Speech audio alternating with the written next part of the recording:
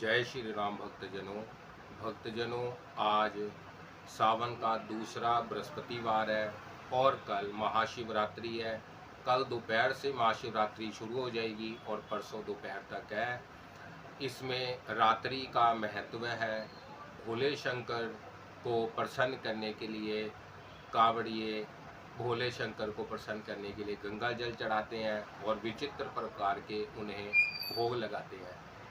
कल मैं अपने घर में भोले शंकर का अखंड जाप कर रहा हूँ। विश्व के कल्याण के लिए, आप सबके कल्याण के लिए ओम नमः शिवाय का जाप करूँगा और लंगर करूँगा गरीबों के लिए, ताकि भोले शंकर प्रसन्न हो। और कल का ये उपाय है कि भोले शंकर के जो वस्त्र हैं वो सफ़ेद वस्त्र हैं, ज़्यादा से ज़्यादा सफ़ेद डालें, मगर शादीशुदा महिलाएं जो है सफ़ेद में कोई प्रिंट हो, कुछ हो, वो डालें, टोटली सफ़ेद मत डालें। और भोले शंकर को हर चीज़ संसार की प्रिय है। कोई भी सब्जी, कोई भी दालें, कोई भी अनाज, कोई भी भोजन, आप कुछ भी भोले शंकर को श्रद्धा से बगैर प्याज लहसुन के आप उनको अर्पित करें और गरीबों को, ब्राह्मणों को भोजन खिलाएं, ताकि आपकी सभी मनोकामनाएं पूर्ण हों। और आप कल के लिए मैं आपको अपना पेटीएम नंबर, गूगल पे और फ़ोन पे नंबर बता रहा हूँ, आप नोट कर लें। 8700175439। दोबारा रिपीट कर रहा हूँ, 8700175439।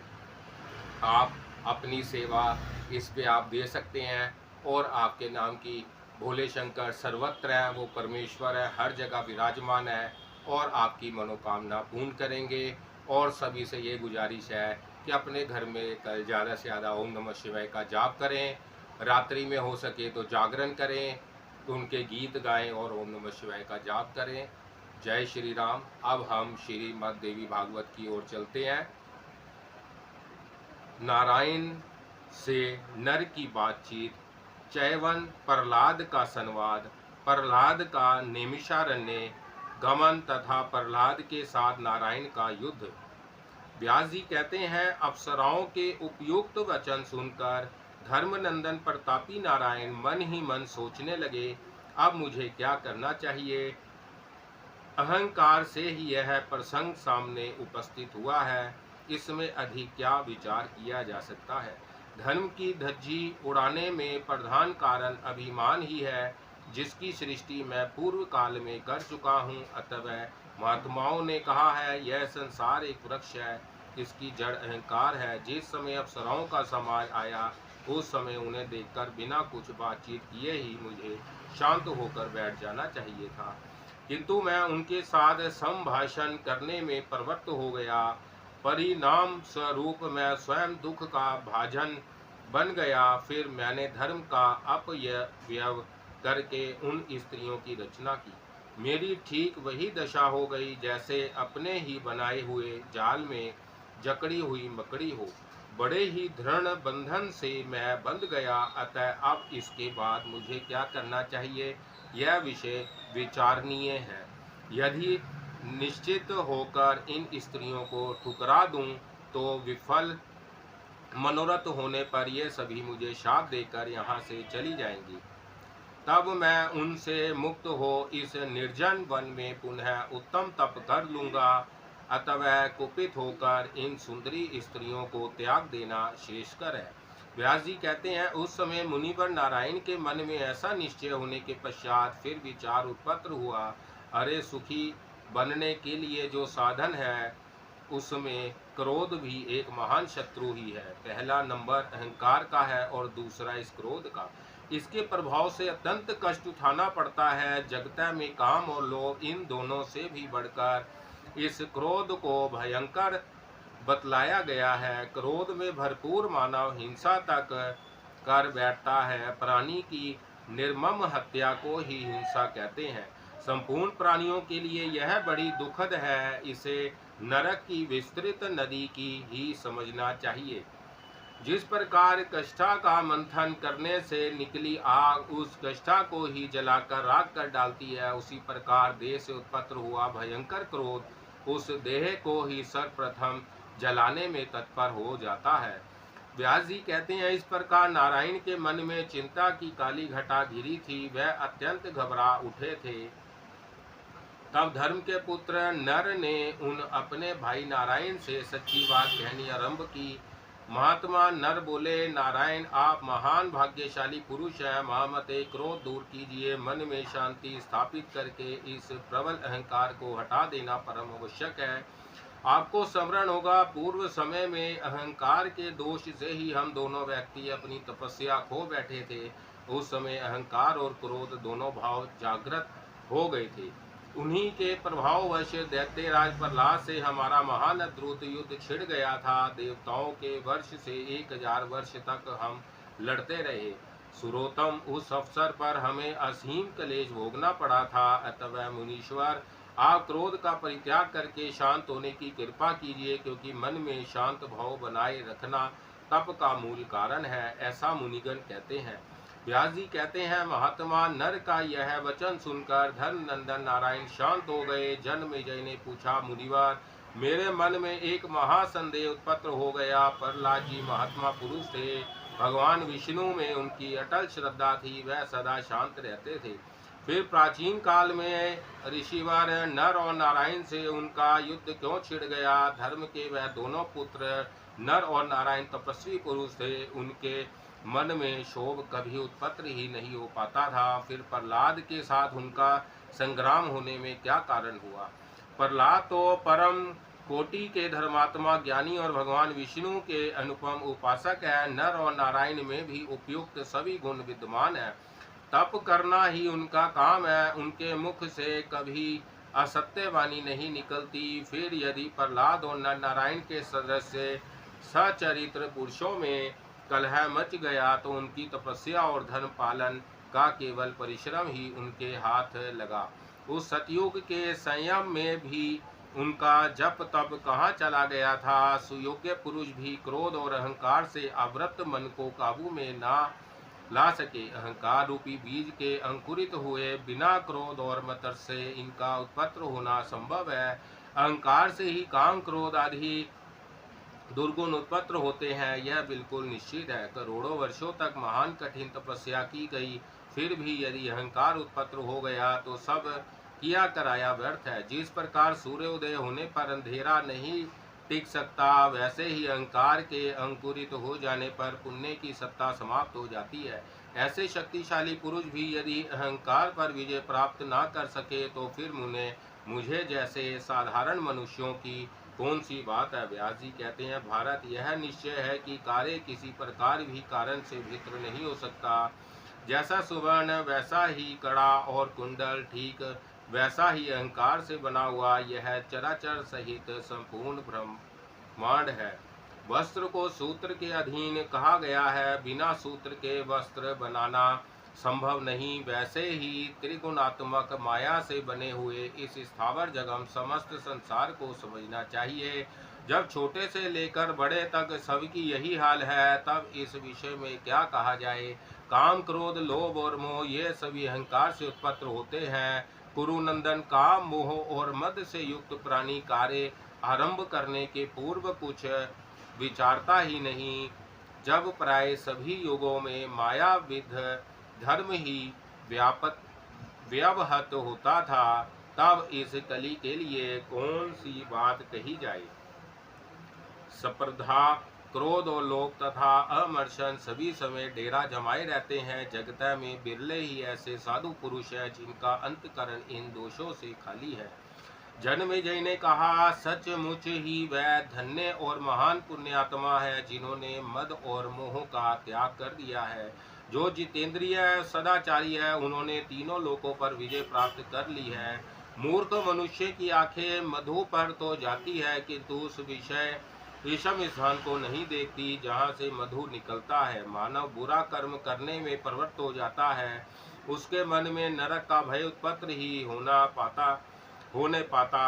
अस्तु, प्राचीन समय में क्यों युद्ध ठन गया था, वह प्रसंग मुझे विस्तार पूर्वक बताने की कृपा करें। बहुधा देखा जाता है, धन अथवा स्त्री के लिए ही परस्पर कलह मच जाया करता है। नर और नारायण में भी तो कोई स्पृहा थी ही नहीं, फिर क्यों उनके द्वारा ऐसा रोमांचकारी युद्ध आरंभ हो गया। नर और नारायण सनातन परम पुरुष है, इस बात से धर्मात्मा प्रहलाद भी पूर्व परिचित थे। तब उन्होंने मुनिवर नर नारायण का सामना किया ही क्यों, ब्राह्मण, इस कारण को मैं विस्तार पूर्वक सुनना चाहता हूँ। सूत जी कहते हैं, इस प्रकार जब राजा जन्मेजय ने सत्यवंती नंदन विप्रवर व्यास जी से पूछा, तब उन्होंने सारी बातों का विषाद रूप से वर्णन आरंभ कर दिया। व्यास जी बोले, राजन, जब भयंकर हिरण्यकश्यप की मृत्यु हो गई, तब उसके पुत्र प्रहलाद को राजगद्दी पर बिठाया गया। दानवराज प्रहलाद देवताओं और ब्राह्मणों के सच्चे उपासक थे। उनके शासन काल में भूमंडल के सभी नरेशों द्वारा यज्ञों में श्रद्धा पूर्वक देवताओं की उपासना होती थी। तपस्या करना, धर्म का प्रचार करना और तीर्थों में जाना, यही उस समय के ब्राह्मणों का कार्य था। वैश्य अपनी व्यापार वृत्ति में संलग्न थे। शूद्रों द्वारा सबकी सेवा होती थी। उस अवसर पर भगवान नरसिंह ने दैत्यराज प्रहलाद को पाताल में रहने का आदेश दे रखा था। वही उनकी राजधानी थी। वही तत्परता के साथ वह प्रजा का पालन कर रहे थे। एक समय की बात है, महान तपस्वी भृगुनंदन चैवन जी स्नान करने के विचार से नर्मदा के तट पर, जो वे यहदीश्वर तीर्थ के नाम से प्रसिद्ध हैं, गए। इतने में रेवा नामक महान नदी पर उनकी दृष्टि पड़ गई। वह उसके तट पर नीचे उतरने लगे। तब तक एक भयंकर विषधर सर्प ने उन्हें पकड़ लिया। मुनिवर चैवन उसके प्रयास से पाताल में पहुंच गए। सर्प से पकड़े जाने पर उनके मन में आतंक छा गया। अतः उन्होंने मन ही मन देवादिदेव भगवान विष्णु का स्मरण आरंभ कर दिया। उन्होंने ज्यों ही कमल लोचन भगवान श्री हरि का चिंतन किया कि उस महान विषधर सर्प का सारा विष समाप्त हो गया।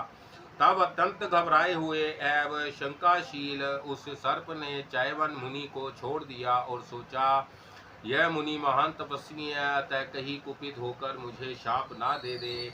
नाग कन्या मुनिवर की पूजा करने में संलग्न हो गई। तदंतर चैवन जी ने नागों और दानवों की विशालपुरी में प्रवेश किया। एक बार की बात है, भृगुनंदन चैवन उस श्रेष्ठ पुरी में घूम रहे थे। धर्मवत्सल दैत्यराज प्रहलाद की उन पर दृष्टि पड़ गई। देखकर उन्होंने मुनि की पूजा की और पूछा, भगवान, आप यहाँ पाताल में कैसे पधारे, बताने की कृपा करें। इंद्र, हम दैत्यों से शत्रुता रखते हैं, हमारे राज्य का भेद लेने के लिए तो उन्होंने आपको यहाँ नहीं भेजा है। द्विजवर, आप सच्ची बात बताइए।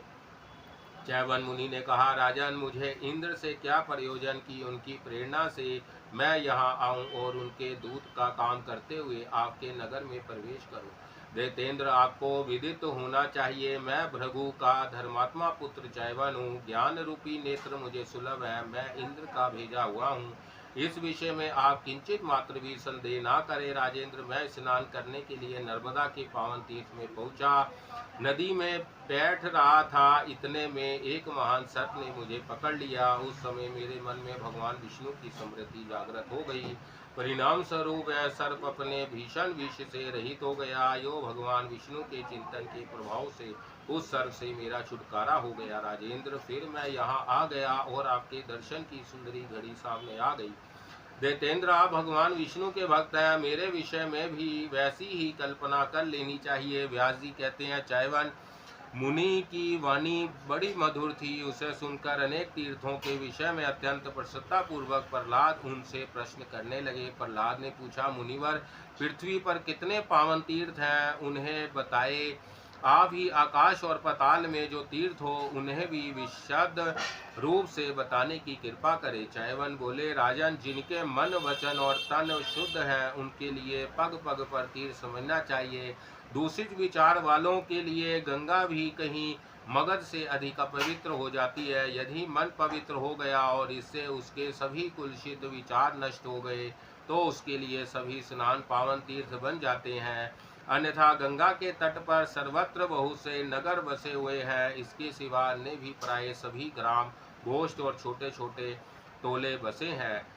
दैतेंद्र, निषादों, धीवरों, हूनों, वांगों एवं खस आदि मलेच्छ जातियों की बस्ती वहाँ कायम है, परंतु निष्पाप राजन, उनमें से किसी एक का भी अंतकरण पवित्र नहीं हो पाता। फिर जिसके चित्त में विविध विषय भरे हुए हैं, उसके लिए तीर्थ का क्या फल हो सकता है। राजन, इस विषय में मन को ही प्रधान करना कारण मानना चाहिए, इसके सिवा दूसरा कुछ भी नहीं है। अतः शुद्धि की इच्छा रखने वाले पुरुष को चाहिए कि मन को परम पवित्र बना ले।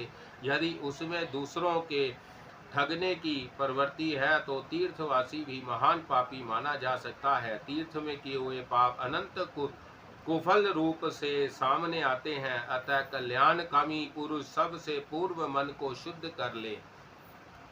मन के शुद्ध हो जाने पर द्रव्य शुद्धि स्वयं ही हो जाती है, इसमें कुछ भी विचार करने की आवश्यकता नहीं है। इसी प्रकार आचार शुद्धि भी आवश्यक है, फिर तो सभी पवित्र। यह प्रसिद्ध बात है, अन्यथा जो कुछ किया जाता है उसे उसी समय नष्ट प्राय समझना चाहिए। तीर्थ में जाकर नीच का साथ कभी नहीं करना चाहिए। कर्म और बुद्धि से प्राणियों पर दया करनी चाहिए। राजेंद्र, यही पूछते हो तो और भी उत्तम तीर्थ बतलाऊंगा।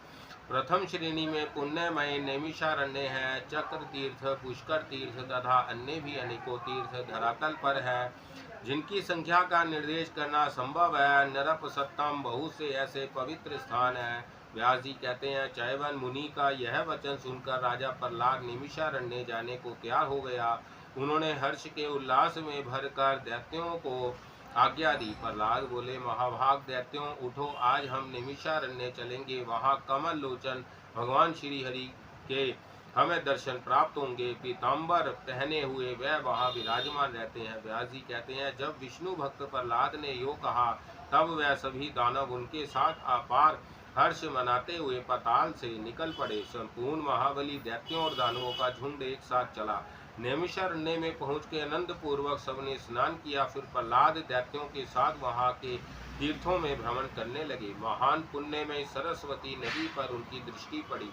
उस नदी का जल बड़ा ही स्वच्छ था। राजेंद्र, उस पवित्र स्थान में पहुंचने पर महात्मा प्रहलाद के मन में बड़ी प्रसन्नता उत्पन्न हुई। अतः उन्होंने सरस्वती के विमल जल में स्नान किया और दान आदि क्रियाएं सविधि संपत्र की। वह परम पावन तीर्थ प्रहलाद की अपार प्रसन्नता का साधन बन गया था। व्यास जी कहते हैं, प्रहलाद नैमिषारण्य में तीर्थ के समुचित कार्यक्रम को पूर्ण कर रहे हैं।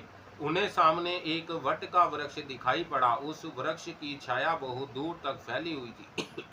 ज्ञानेश्वर ने वहां बहुत से बाण देखे।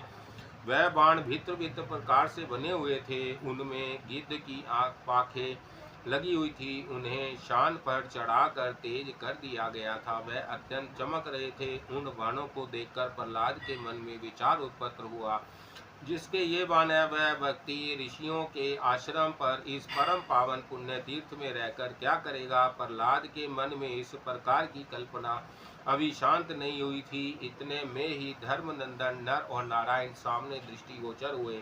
उन मुनियों ने काले मृग का चर्म धारण कर रखा था। सिर पर बड़ी विशाल जटाएं से शोभित हो रही थी। नर और नारायण के सामने दो चमकीले धनुष पड़े थे। उत्तम चिन्ह वाले वह धनुष शंख और आज गव नाम से प्रसिद्ध थे। वह ही दो तरकस थे जिनमें बहुत से बाण भरे थे। उधर महान भाग्यशाली धर्मनंदन नर और नारायण का मन ध्यान में मग्न था। उन ऋषियों को देखकर प्रहलाद की आंखें क्रोध से लाल हो उठी। वह ऋषियों को लक्ष्य बनाकर कहने लगे, तुम लोग यह क्या ढकोसला कर रहे हो। इसी से तो धर्म धूल में मिल रहा है। ऐसी व्यवस्था तो कभी इस संसार में देखने अथवा सुनने में नहीं आई। कहाँ तो उत्कट तप करना और कहाँ धनुष हाथ में उठाना। इन दोनों कार्यों का सामंजस्य तो पूर्व युग में भी नहीं था। ब्राह्मणों के लिए यहाँ तपस्या करने का विधान है, वहाँ उन्हें धनुष रखने की क्या आवश्यकता है।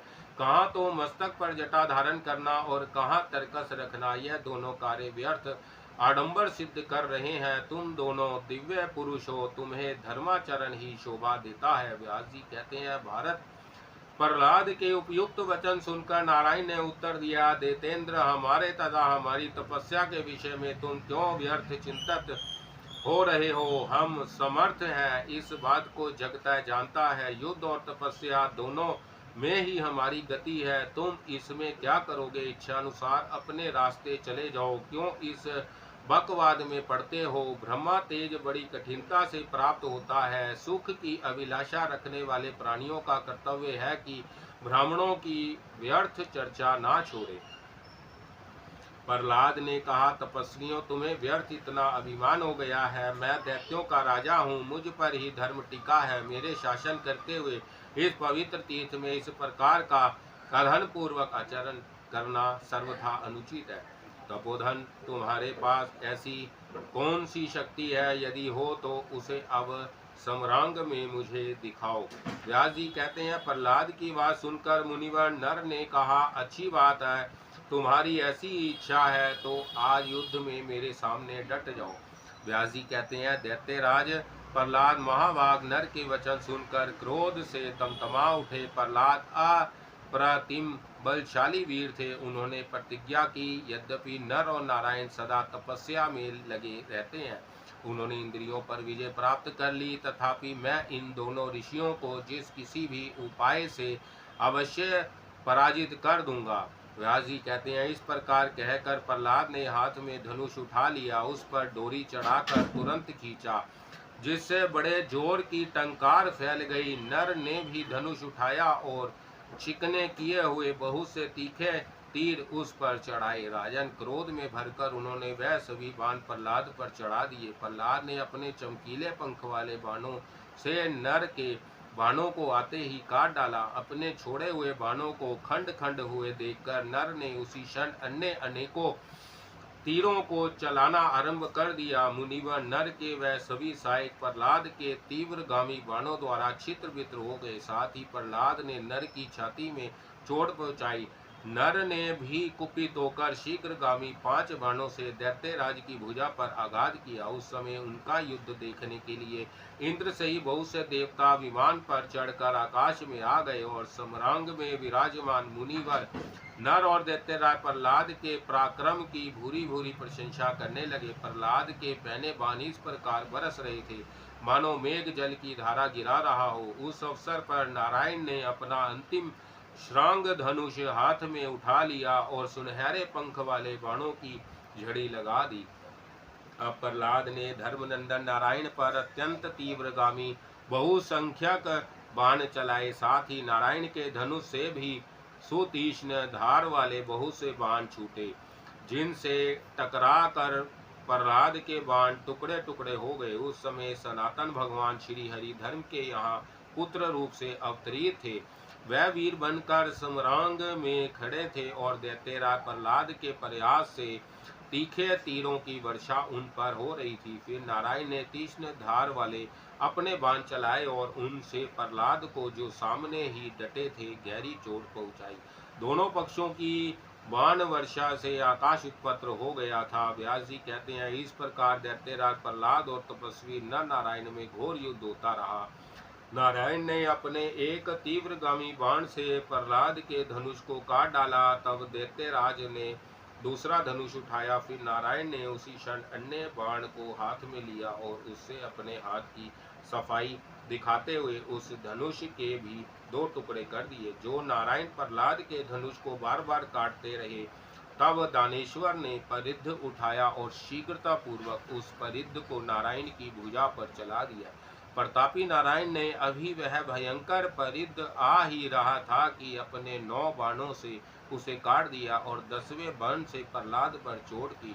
अब दानवराज ने लोममयी सुदृढ़ गदा उठा ली और उस गदा से तुरंत नारायण की जांघ पर आघात किया, परंतु नारायण पर्वत की भांति अविचल भाव से खड़े रहे। उनकी मानसिक शांति भंग नहीं हो रही।